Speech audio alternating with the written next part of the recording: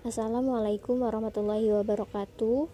Kami dari kelas 6F, Pendidikan Bahasa dan Sastra Indonesia, mata kuliah Retorika kelompok 9, dengan anggota kelompok Hanifah Aliyah Febriana, NPM 181063108028, dan Anissa Dian Ramadhania dengan NPM 18106310800204.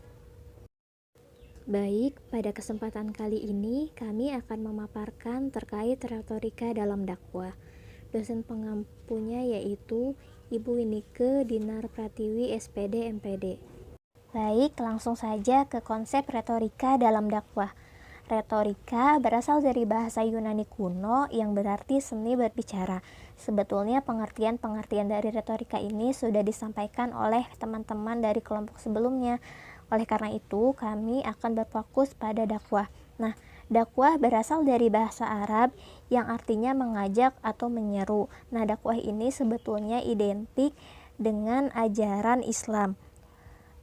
Banyak sekali pengertian dakwah yang dikemukakan oleh para ahli, tetapi pada prinsipnya dapat disimpulkan bahwa dakwah adalah aktivitas yang dapat mengubah situasi dan kondisi yang tidak sesuai dengan Islam menjadi sesuai dengan ajaran Islam. Nah, dengan demikian tujuan dakwah adalah terjadinya perubahan ke arah kehidupan yang lebih Islami. Sehingga dapat disimpulkan bahwa retorika dakwah adalah keterampilan menyampaikan ajaran Islam secara lisan untuk memberikan pemahaman yang benar kepada kaum muslim agar mereka dapat dengan mudah menerima seruan dakwah Islam. Dan retorika dakwah dapat dimaknai sebagai pidato atau ceramah yang berisikan pesan dakwah, yaitu ajakan ke jalan Tuhan. Ini terdapat dalam surat An-Nahl surat ke-16 ayat 125 dalam kitab suci umat Islam. Selanjutnya, pentingnya retorika dalam dakwah.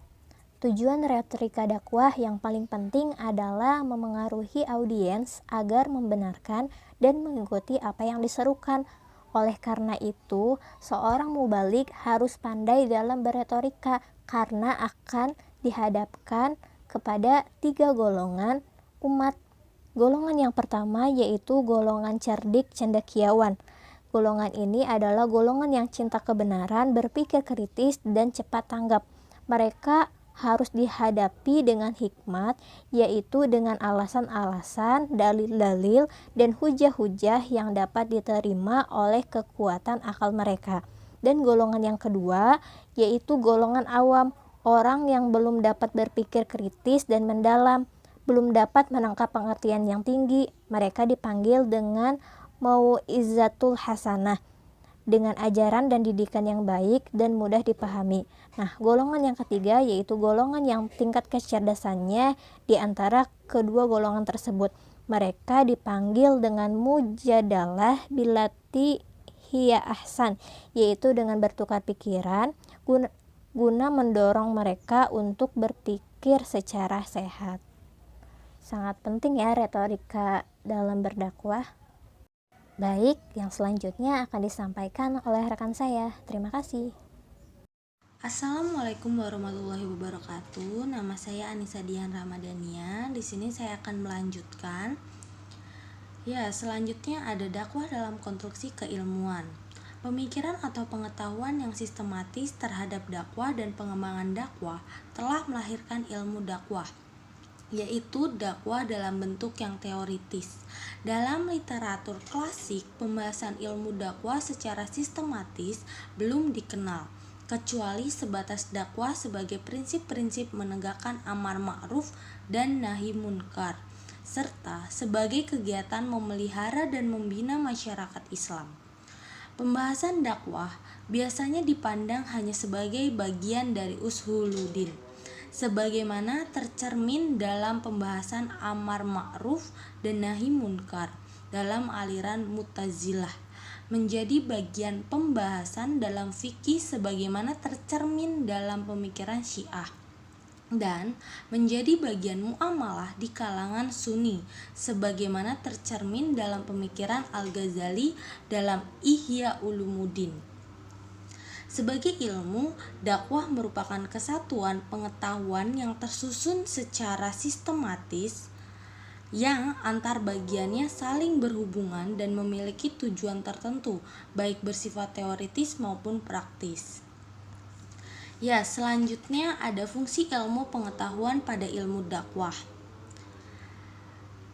RBS Fudiartanta menyebutkan 4 fungsi ilmu pengetahuan, yaitu sebagai berikut. Yang pertama ada fungsi dekritif, menggambarkan, melukiskan, dan memaparkan suatu objek atau masalah sehingga mudah dipelajari dan diteliti. Yang kedua ada fungsi pengembangan, melanjutkan hasil penemuan yang lalu dan menemukan hasil ilmu pengetahuan yang baru. Yang ketiga ada fungsi prediksi, meramalkan kejadian-kejadian besar yang mungkin terjadi sehingga manusia dapat mengambil tindakan yang perlu dalam usaha menghadapinya. Yang keempat ada fungsi kontrol, berusaha mengendalikan peristiwa yang tidak dikehendaki. Yang kelima, fungsi ilmu pengetahuan adalah untuk kebutuhan hidup manusia dalam berbagai bidangnya. Dilihat dari fungsi ilmu pengetahuan tersebut, ilmu dakwah diproyeksikan memiliki 4 fungsi. Sekian pemaparan dari kami. Mohon maaf bila ada salah kata. Wassalamualaikum warahmatullahi wabarakatuh.